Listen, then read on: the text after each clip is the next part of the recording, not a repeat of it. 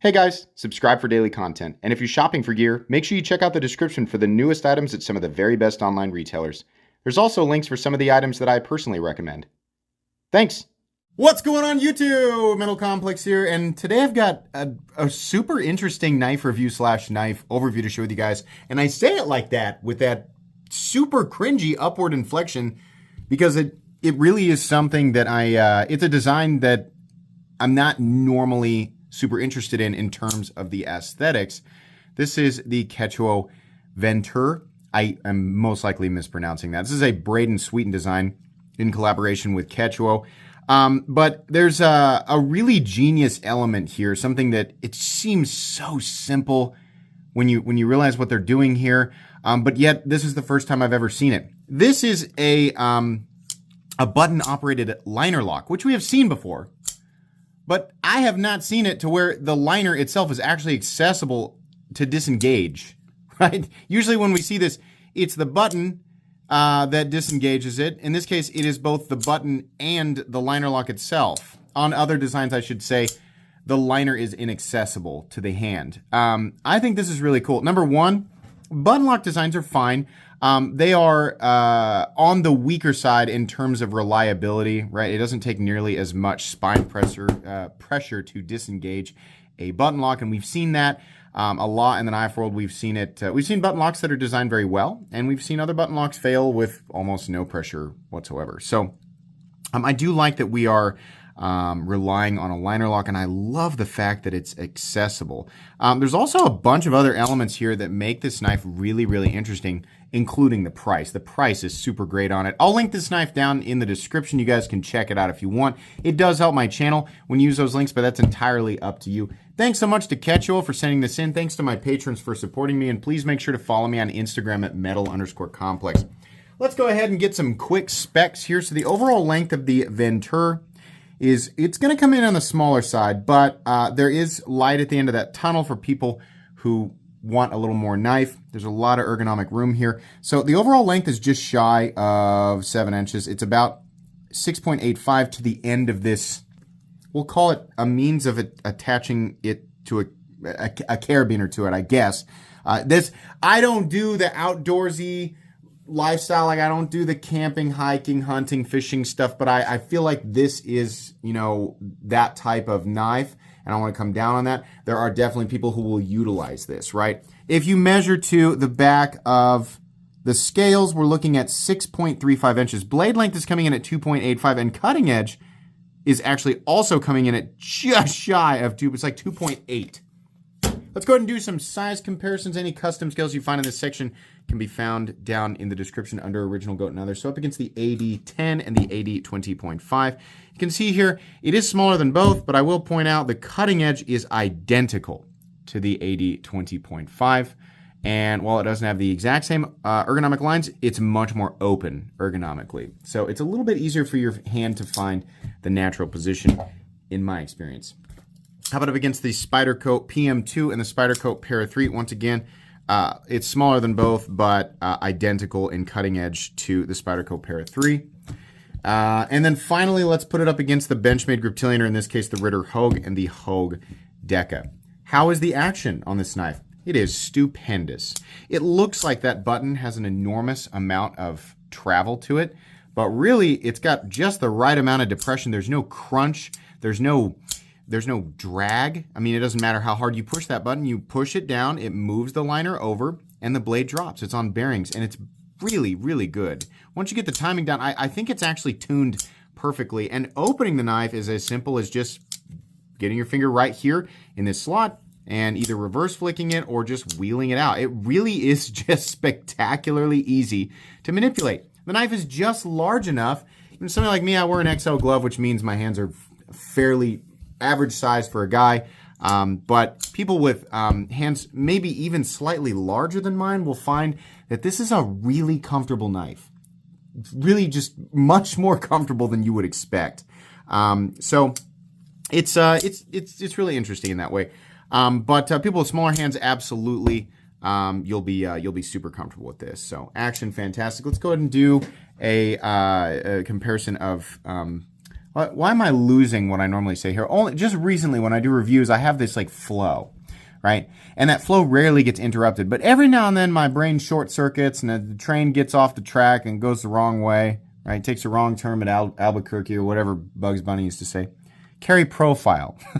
So thickness up against the Spyderco Para 3. You see me buying time there while my subconscious figured out what I needed to say. It's actually a little thicker than the Para 3, but you really don't notice that. Length and height up against the PM2 and Para 3. We can see here that this really isn't an overly cumbersome object in terms of pocket size. It's a little shorter than the Spyderco PM2 and Para 3. Well, it's way shorter than PM2. It's a little bit shorter than the Para 3. It's nowhere near as tall.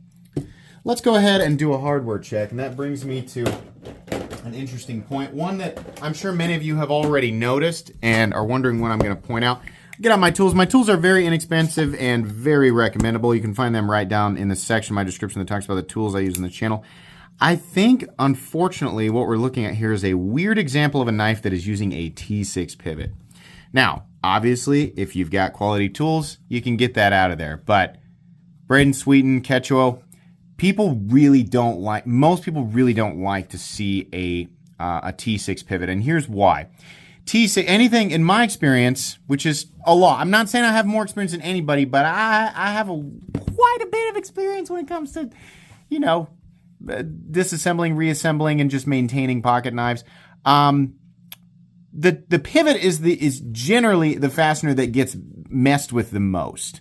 And heads that are smaller than T8 in my experience are much more likely to strip. The bits are more likely to get eaten up, right? The bit heads. A quality bit, is fine. If you compare apples to apples here, right? The T8 of any, if you use them exactly the same amount in my experience, the T8 of any quality set of bits is going to wear out slower than the T6 because there's just more material, right? Generally speaking, if you have fasteners made out of the same materials, the T8 fasteners will not strip out as easily as the T6 fasteners. Now, I'm sure we'll have some scientists down in the the comment section who will argue me there, but yeah. I don't have time. I don't have time for that. In my experience, it's so dismissive. I'm sorry. I'm just joking around. I don't like to see a T6 pivot. I like to see T8. The other body screws are T8. What about the pocket clip screws? There's no pocket clip.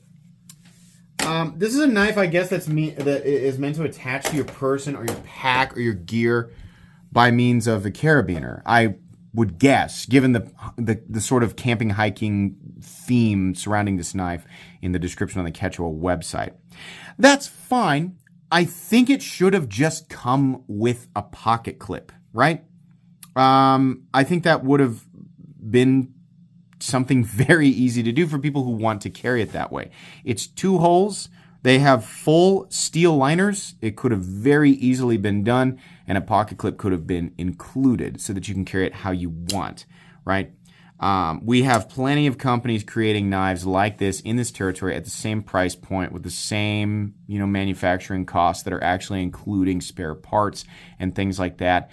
And I think it probably would have been a good idea because while this is geared towards a certain section of, knife users, there's also this massive population of people who are familiar with Ketuo, who is factually a brand that generally appeals to the enthusiast collector, typical sort of everyday Joe user guys like me. So those people are factually a gigantic portion of the population who will be picking these knives up. And most of us are carrying knives with a pocket clip and not attaching the knife to our person by means of a carabiner.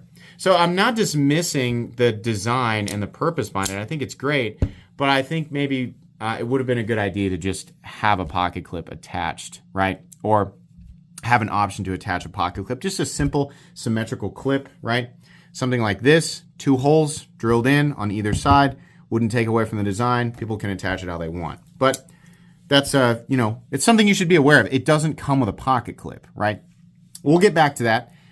Let's go ahead and weigh it. So we have G10. It comes in orange or black, nested steel liners, and 14C28N for the steel, as well as a steel ring at the back here. So the weight is coming in at 3.07 ounces, which is actually a really, really good blade length to weight ratio, right? 2.85. The balance is a little bit back from the pivot, probably because of this piece back here, but no big deal. It really feels like a small object, honestly. We did wait. Oh, we need to do blade stock thickness. Blade stock thickness on this guy coming in at, let's just get it zeroed out. Probably, come on now. Blade stock thickness coming in at 100 and, it says 112 thousandths there. Pretty thin. All right, meat and potatoes time. This is a very comfortable knife with a beautiful choke-up position. This area right here is so beautifully comfortable. And there's a lot of areas where something could have been sharp. Something could have not been ideal, and it is all ideal. Except for one thing, I wish this side right here was cut just slightly lower. It would not take away from the ergonomics. It wouldn't take away from the comfort. Slightly lower so that access to this liner was just a little bit higher. It is actually a little bit higher than the liner next to it. Just a little bit. But when you turn it like this, it's just like the smallest. It's almost, it might actually even be flush. So it's okay. I think it could be slightly better. Not bad. I love the diamond texturing on here. I think that's wonderful. It's meaningful traction, right? Really comfortable. Doesn't feel like it's digging into my hands. The jimping on the back of the blade probably needs to be a little bit deeper. This is almost non-functional. There's very little traction that you can get here. But I do like the length of the blade. I think that this blade shape is probably more useful to people who are doing things outdoors. And again, I want to speak from a position where I know what I'm talking about, and the area of hiking and camping and stuff like that is not something, well, I've done it before. It's not like something I do enough to have like an expert opinion on. So I would venture to guess that this blade shape is probably really good at doing little, choppy sort of pressure cut, little, preparation tasks and things like that. It's probably great. And honestly, it works really well for draw cuts and things, right? There's probably a million things you can do, outdoors with a blade like this. And I think that's fine. I think it should also be offered in a drop point configuration for people who are not going to use it that way. But that's just me. A lot of times, it's very rare that like one version of the knife is absolutely ideal. You guys hear me say this a lot in different reviews. It'd be a good idea to offer different types for people who want something different. And 2 different blade shapes for one model is hardly unheard of. In fact, I would say on average, the knives that drop in this territory and other territories, other price ranges in the knife world, have more than one blade option. So it might be a good idea. But again, I'm going to return to that.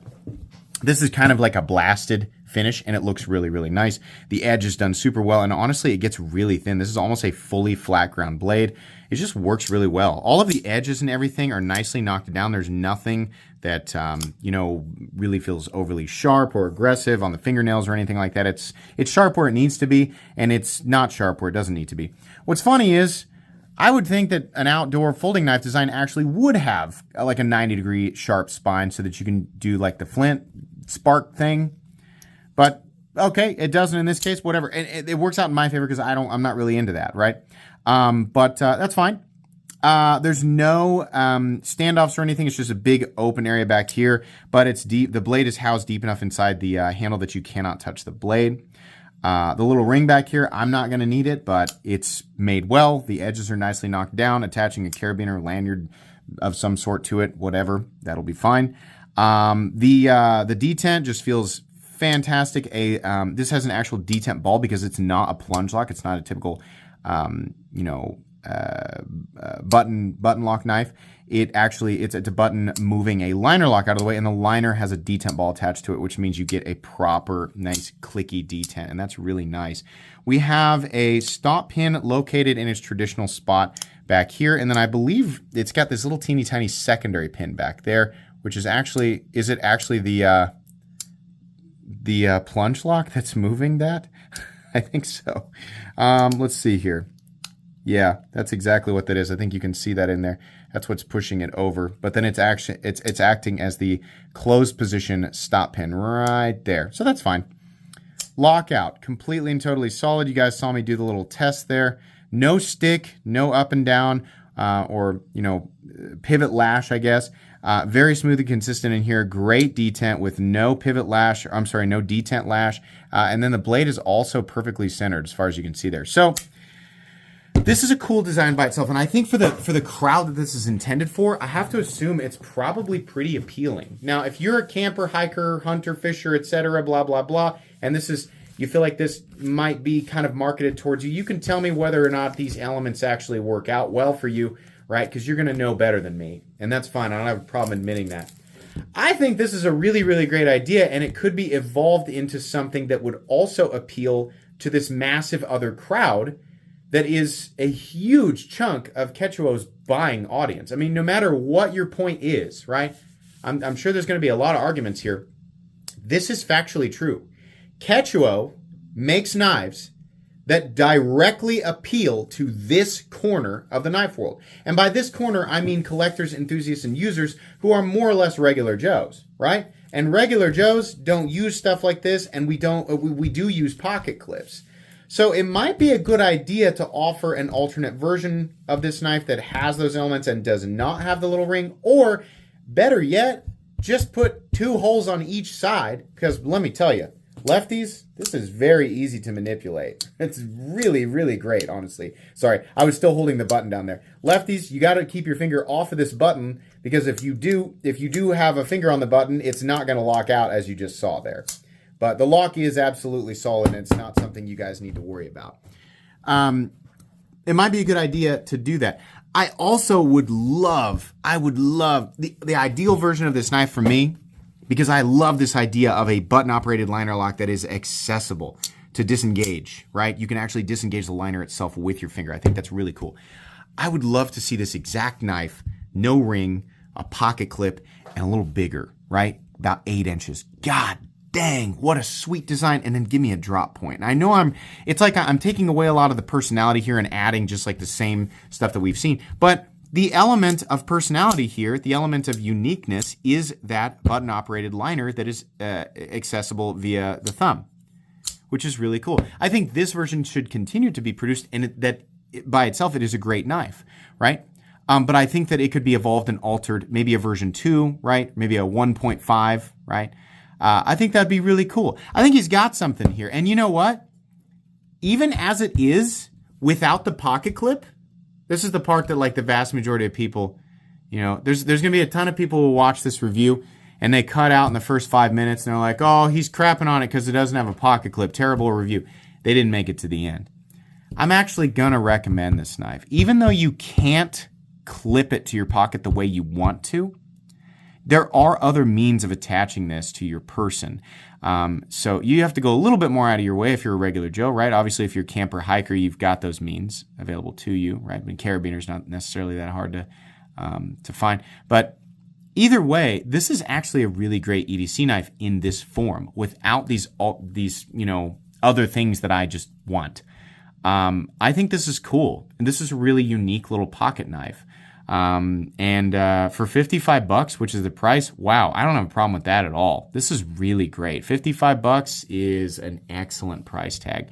This is going to go in my recommended knives playlist, and it's also going to go in my cheap knives I like playlist because it's under $75. Really cool design. That's going to be it today, guys. Please make sure to follow me on Instagram at metal_complex. If you enjoyed this video, leave a like. If you'd like to check out my other content, I do, of course, have lots of videos of knives that are either expensive or inexpensive that I do or don't like, so check those out. And if you enjoy all my content, go ahead and click on that Metal Complex logo right there and subscribe because there's definitely more coming. Thanks again for watching, everybody, and have a great day.